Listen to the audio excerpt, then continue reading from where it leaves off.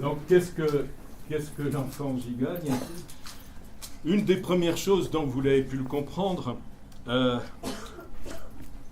déjà dans la façon dont m'est venue cette image, cette représentation, c'est vraiment un concept métaphorique.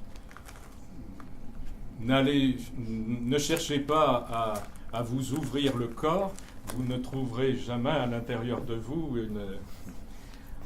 un petit enfant gigogne physique. Mais il est virtuel. Il est virtuel, mais bien réel pour autant, à un niveau émotionnel. Donc c'est un concept métaphorique dont je me suis aperçu aussi, bien évidemment, qu'il touche l'inconscient. Et que ce qui est particulièrement intéressant avec ce concept-là, dans la mesure où il parle à l'inconscient, c'est que tout le monde comprend cette métaphore. Il n'y a pas besoin d'avoir fait des études supérieures de psycho ou d'avoir un doctorat en psycho ou autre pour comprendre cette métaphore. La meilleure illustration, c'est que les enfants, par exemple, comprennent très bien cette métaphore. Et ils sont très très facilement accessibles. Et des fois, c'est peut-être les personnes justement qui ont le niveau d'étude et de rationalisation le plus important, pour qui c'est le plus difficile des fois d'accéder à cette métaphore. Donc, l'enfant gigogne, comme je vous le disais tout à l'heure, désigne des nous-mêmes blessés du passé. Donc, où il va y avoir en nous ces nous-mêmes blessés du passé qui vont exister en fait à partir d'une expérience traumatique, une expérience qui est vécue alors de façon douloureuse, alors qui peut être uniquement émotionnellement ou physiquement, ou les deux, émotionnellement et physiquement. Et en fait, cette confrontation à une expérience traumatique, par exemple comme l'expérience dont je parlais tout à l'heure, de la naissance, va provoquer ce qu'on pourrait, là encore, comme métaphore, utiliser un kyste émotionnel. Et ce kyste émotionnel va avoir aussi comme particularité, une fois qu'il est installé, d'aimanter. Alors là, il faut, bien évidemment, la seule référence à la façon dont on conçoit, on pourrait dire, nos relations et nos interactions avec les mots, le langage et le comportement, c'est pas suffisant pour comprendre ce qui se joue au niveau de ces aimantations. Mais donc il faut bien concevoir que ce kyste émotionnel, ce qui caractérise l'enfant gigogne, c'est-à-dire cette partie en nous qui a été marquée et traumatisée, c'est de l'énergie émotionnelle. Donc là encore, nos émotions, c'est important de ne pas se limiter à comment on peut, ou à la représentation que l'on a habituellement de nos émotions. C'est-à-dire quelque chose où on voit une manifestation extérieure, ça peut être des pleurs, ça peut être des tremblements, etc. Oui, il y a du support physiologique. À l'intérieur, il y a toutes les sensations que l'on peut sentir dans notre corps, justement, qui peut passer de l'accélération cardiaque, la respiration qui s'accélère ou qui se bloque, des nœuds à l'estomac ou à la gorge, etc. Il y a toutes les dimensions physiologiques qui accompagnent l'émotion. Mais l'émotion, ce qui est important là, c'est de comprendre que c'est aussi une énergie, que cette émotion, c'est un champ d'énergie, et un champ d'énergie qui se diffuse. Alors ça, ça a été démontré depuis maintenant quelques années. Juste peut-être une parenthèse, parce que ça me semble important pour comprendre ce qui se joue là. Il y a quelques années, l'armée américaine a fait appel à des chercheurs pour comprendre justement qu'est-ce qui se joue au niveau des émotions et en quoi les émotions peuvent affecter, on pourrait dire, la matière et le corps physique. On a tous pu expérimenter que justement nos émotions ont une influence et un impact sur notre santé, sur le corps physique, sur nos cellules, etc. L'expérience qui a été menée donc, par ces chercheurs qui étaient donc embauchés par l'armée américaine, c'est qu'ils ont sur des personnes volontaires prélevé un morceau de tissu, morceau de peau par exemple. Ce morceau de tissu a été donc prélevé, mis dans un récipient et maintenu en vie avec le nécessaire pour que ce tissu soit donc maintenu en vie. Et puis relié à des appareils, des électrodes, etc. Ce tissu prélevé, il a été expérimenté à éloigné de quelques dizaines de mètres et on a été jusqu'à une centaine de kilomètres de son propriétaire. Le propriétaire, donc, à qui on avait enlevé ce morceau de tissu, on le soumettait à différentes situations qui pouvaient susciter des états émotionnels variés comme le rire, le fou rire, avec des scènes donc comiques, des scènes qui pouvaient provoquer des émotions de peur, de colère ou des réactions érotiques. Et à chaque fois que le propriétaire du tissu prélevé avait une émotion bien particulière, on observait une réaction simultanée du morceau de tissu prélevé. C'est exactement du même type des expériences qui ont été menées. Vous avez certainement entendu parler du CERN en Suisse.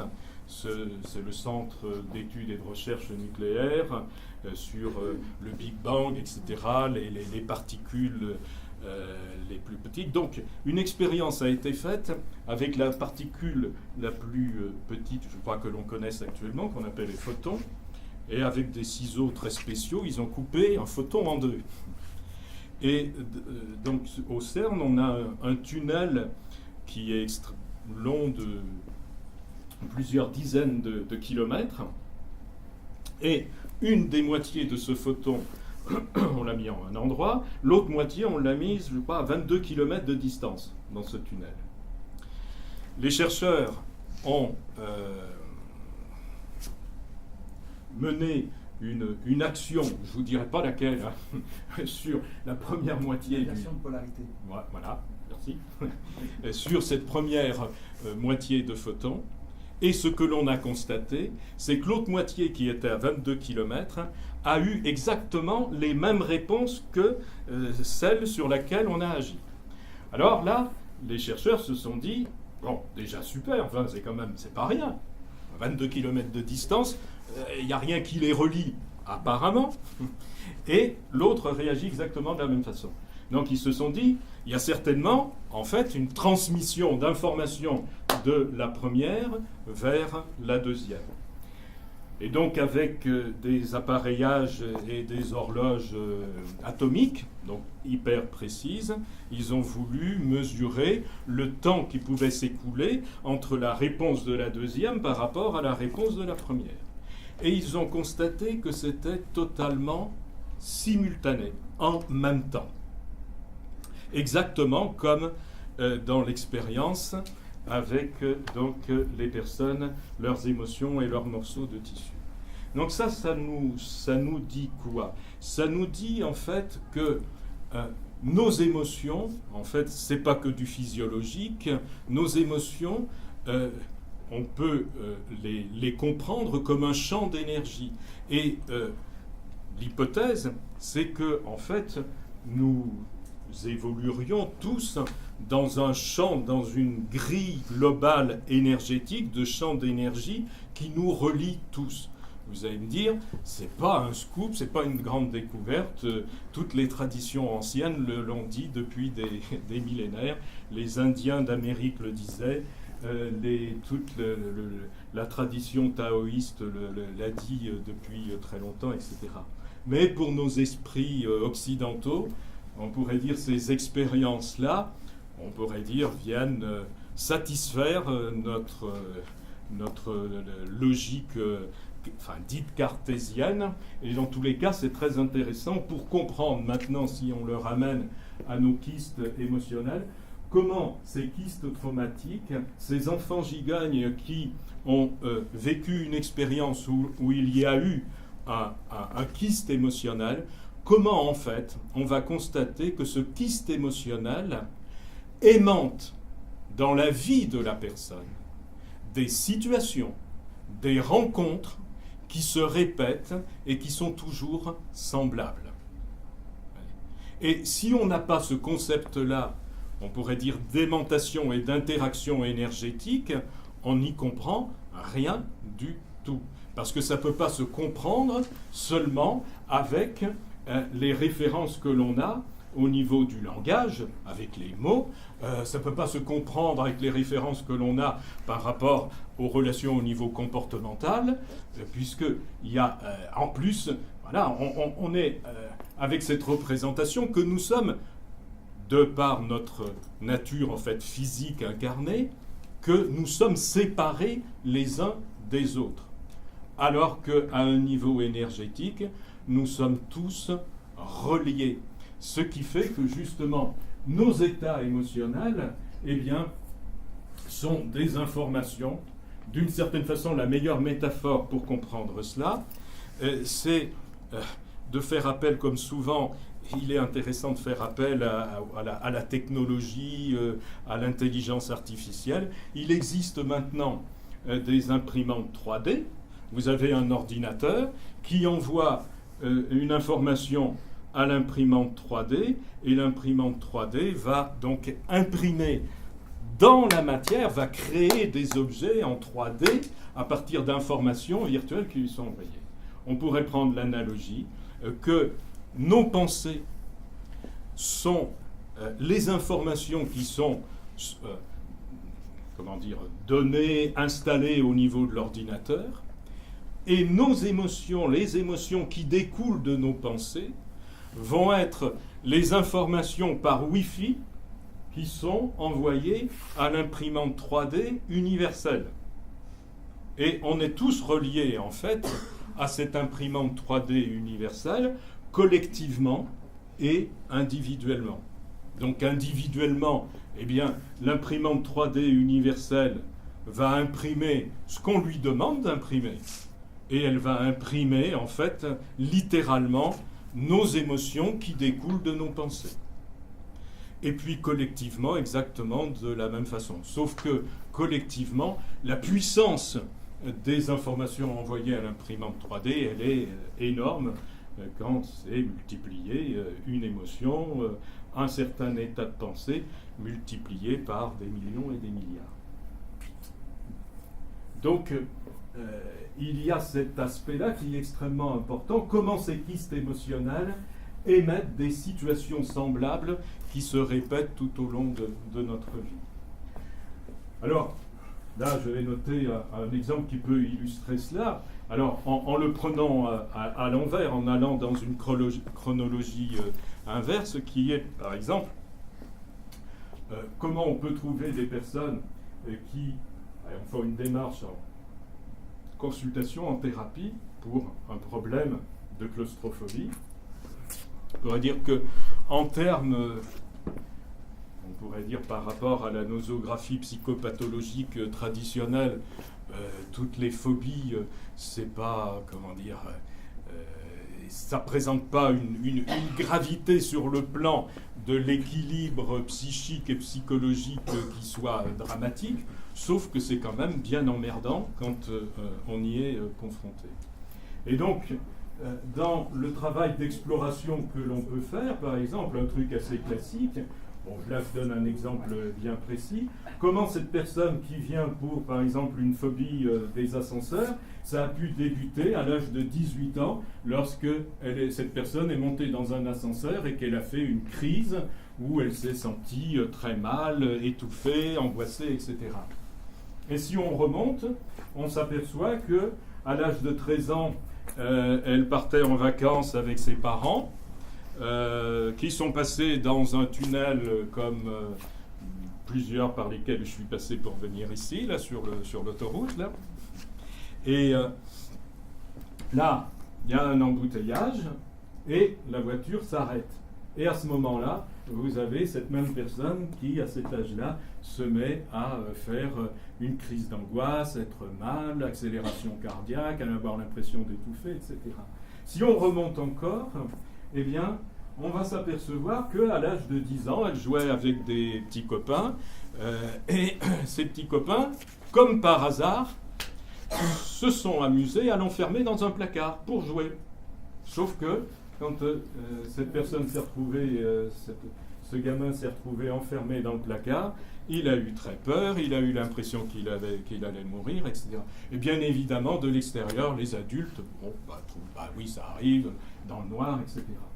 Et puis, si on remonte encore, on va s'apercevoir que cette personne, à l'âge de 1 an, lorsqu'elle était bébé, eh bien, elle avait été mise dans un grand lit, et puis en bougeant, bébé a glissé sous les couvertures et s'est retrouvé coincé. Et il ne retrouvait plus la sortie. Et on l'a retrouvé en pleurs, transpiration, etc., complètement paniqué. Et si on remonte encore, eh bien, on va s'apercevoir, là, on a franchi, si vous voulez, la barrière amnésique, et on va s'apercevoir que, en fait, cet enfant, au moment de la naissance, s'est retrouvé à un moment donné bloqué, le cordon autour du cou, bloqué dans l'engagement de la filière pelvienne, et que ça a été une expérience extrêmement difficile où cet enfant, ce bébé, a eu l'impression qu'il allait mourir, comme c'est très souvent le cas. Et là, on pourrait se dire, on a la source, vraiment la source première. Oui, d'une certaine façon, par rapport à cette phobie des espaces clos, comme donc cette phobie des ascenseurs. Mais en fait, si on remonte encore, alors là c'est un peu moins évident, mais on va trouver une autre caractéristique. Les difficultés que souvent on va rencontrer à la naissance, bon là encore, à la façon dont notre regard culturel dominant regarde les choses, on regarde les choses toujours dans leur aspect physique, matériel. Et on ne se pose pas trop la question, mais pour quelle raison il y a des bébés qui naissent relativement facilement et d'autres pour qui c'est extrêmement compliqué. Alors, attendez bien, je parle des naissances, je ne parle pas des accouchements. Donc il faut bien faire la différence entre l'accouchement et la naissance. Parce que vous pouvez avoir des femmes, des mamans, qui vous disent tout à fait honnêtement et sincèrement que leur accouchement s'est très bien passé, alors que pour le bébé qu'elles ont accouché, ça a pu être un enfer. Mais on a rarement le témoignage du bébé.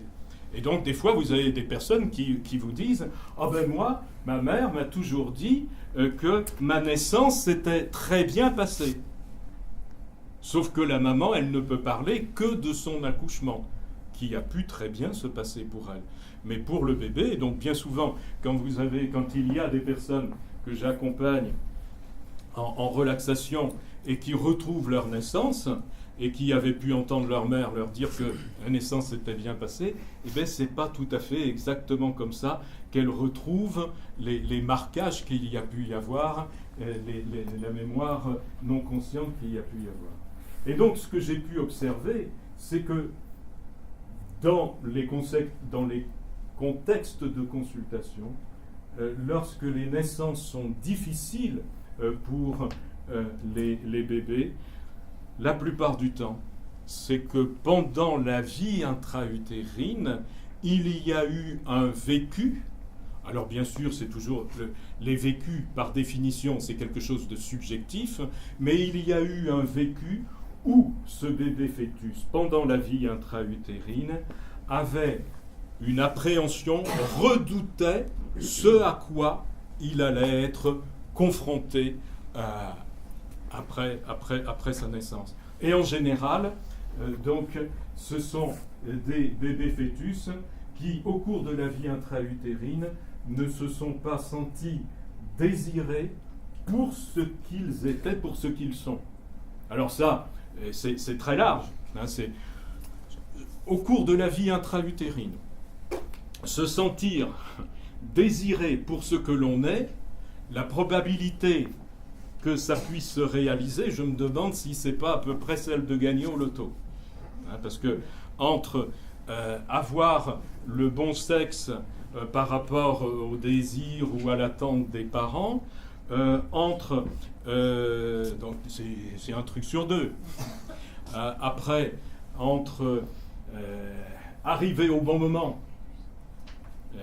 avoir des parents ou une mère pour qui c'est le bon moment quand elle se retrouve enceinte, c'est déjà pas évident non plus. Ensuite, être attendu pour ce que l'on est, alors qu'il y a un enfant auparavant qui est décédé, ou un membre de la famille très proche qui est décédé, et qu'au minimum inconsciemment, cet enfant qui est en route dans l'inconscient familial, il est là pour remplacer la personne qui est décédée juste avant. Ça fait beaucoup. Et c'est des marquages extrêmement importants pour un bébé fœtus de sentir qu'il est attendu pour remplacer quelqu'un d'autre. Et encore plus quand il est attendu pour remplacer quelqu'un qui est décédé ou un bébé qui est mort-né, parce que c'est quelque chose de très paradoxal. C'est quelque chose de très paradoxal, puisque c'est un peu comme un marquage. Pour que j'existe, en fait, pour exister, il faut être mort. Puisque l'enfant qui est décédé, au niveau des émotions et au niveau des pensées, il est présent de par son absence. Et comme on est tous avec ce besoin absolument fondamental de nous sentir aimés, reconnus pour ce que l'on est, donc ça crée des marquages qui sont extrêmement difficiles. Après, le piège, ça serait de vouloir chercher des coupables là-dedans. Hein, c'est juste, on pourrait dire, les drames humains qui peuvent se jouer tout simplement de par les difficultés ou l'impossibilité de communication. Parce que si tout ça, ça pouvait se parler, on pourrait dire entre la maman d'abord, qui est la première concernée pendant toute la période de vie intra-utérine, si la maman, elle pouvait, et si surtout on lui avait appris à parler avec des mots justes à son bébé pour lui expliquer ce à quoi elle est confrontée, alors déjà ça serait totalement différent. Mais on n'en est pas encore tout à fait arrivé là. Alors, oui. Oui. Vous dites la maman, mais le marquage ne vient que de la maman ou il vient de tout l'environnement familial? Je parle de la maman parce que en fait, la maman, c'est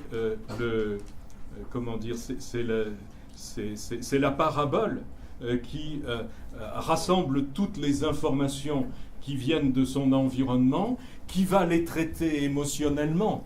C'est l'interface. La maman, on pourrait dire, c'est l'interface par rapport à tout l'environnement. Bien évidemment qu'il y a tout ce qui se passe au niveau de l'état émotionnel du père, il y a tout ce qui se passe dans la relation aussi, pas qu'avec le père, mais avec les parents, les beaux-parents, l'environnement, etc. Et toute l'histoire familiale. Donc on pourrait dire que la maman, oui, elle est importante dans le sens où c'est une interface émotionnelle. Et que ce qui va se passer, dans ce que j'ai pu observer, c'est qu'au cours de la vie intra-utérine, en fait, le bébé fœtus va s'identifier à l'état émotionnel de la maman. Et du fait que la plupart du temps, il n'y a pas d'information ou d'explication au niveau de ce bébé fœtus, des raisons pour lesquelles la maman est dans tel ou tel état émotionnel, eh bien, le bébé fœtus, comprend, entre guillemets, uniquement à partir de ce qu'il perçoit comme ça, directement. Alors, peut-être vous pourriez me dire, bon, mais tu parles que la maman pourrait parler à son bébé fœtus qui est dans son ventre, et c'est un peu, surréaliste cette affaire, dans la mesure où il faut attendre un an après la naissance au minimum pour qu'un enfant possède le langage. Alors comment est-ce que le bébé fœtus, qui éventuellement en est qu'à quelques mois, comment il pourrait comprendre ce que lui dit la maman? Ça, c'est intéressant. Mais en fait, ce qui se passe, c'est que les explications, elles ne sont pas liées, et ce que va comprendre le bébé fœtus, ça n'est pas lié au sens des mots. C'est lié, en fait, à l'énergie émotionnelle que la maman va transmettre avec les mots. C'est-à-dire que les mots vont avoir comme fonction de donner une forme compréhensible à l'énergie émotionnelle de la maman, et là, ça pourra être compris par le bébé fœtus. En sachant qu'il y a une autre caractéristique, c'est que, on pourrait dire, plus on est petit physiquement, plus notre conscience est large. Et plus on grandit physiquement jusqu'à notre taille adulte, plus notre conscience, on pourrait dire globale, se rétrécit.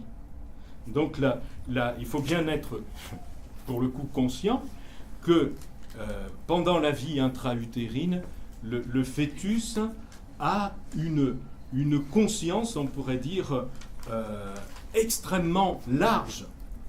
Et quand j'accompagne des personnes, il y a d'autres personnes ici qui font la même chose, quand on accompagne une personne en relaxation, qu'elle retrouve des vécus intra-utérins, on pourrait se dire, supposons qu'elle retrouve des vécus intra-utérins, ce qu'elle peut retrouver, c'est ce qui se passe dans la matrice. Donc, l'angle de vue est assez limité. Eh bien, dans ces moments-là, il suffit de demander à la personne, de l'inviter, on va dire, à faire sortir sa conscience du corps du fœtus et du ventre de la maman, là où sa conscience se trouve à ce moment-là, de faire sortir sa conscience. Et la plupart du temps, les personnes peuvent observer ce que la maman, à ce moment-là, est en train de vivre. Et alors, par exemple, il y a un moment très important, qui est le moment de la prise de conscience par la maman qu'elle est enceinte. Parce que l'état émotionnel dans lequel elle va se trouver à ce moment-là, c'est un marquage très puissant pour le bébé fœtus. Or, il a quoi? 3, 4 semaines? Ou un peu plus? Et c'est un marquage extrêmement puissant. Et bien souvent, c'est pas forcément évident que pour les femmes, au moment de prendre conscience qu'on est enceinte, pas forcément évident, ça tombe pas forcément exactement au bon moment, et ça peut durer quelques minutes, quelques heures, on pourrait dire le désarroi, les interrogations, etc. Et puis après de se dire mais c'est super et que la maman soit très heureuse d'être enceinte. Sauf que il y a eu cet état émotionnel que le bébé fœtus aura pu percevoir. Et ce marquage-là, ou pour éviter qu'il y ait ce marquage-là, alors ça peut être extrêmement intéressant que la maman, justement, puisse parler à son bébé-là des raisons de ce avec quoi elle était et ce avec quoi elle est maintenant, et ça c'est extrêmement intéressant. Et d'ailleurs, d'une certaine façon, c'est ce qui se fait a posteriori quand on accompagne et quand on travaille avec des personnes, où justement, le travail de mise en paix, ça va passer par, en fait, permettre que se vivent et se produisent, des fois 30, 40, 50 ans après, que se produisent et que se vivent ce qui n'a pas pu se faire en son temps physique.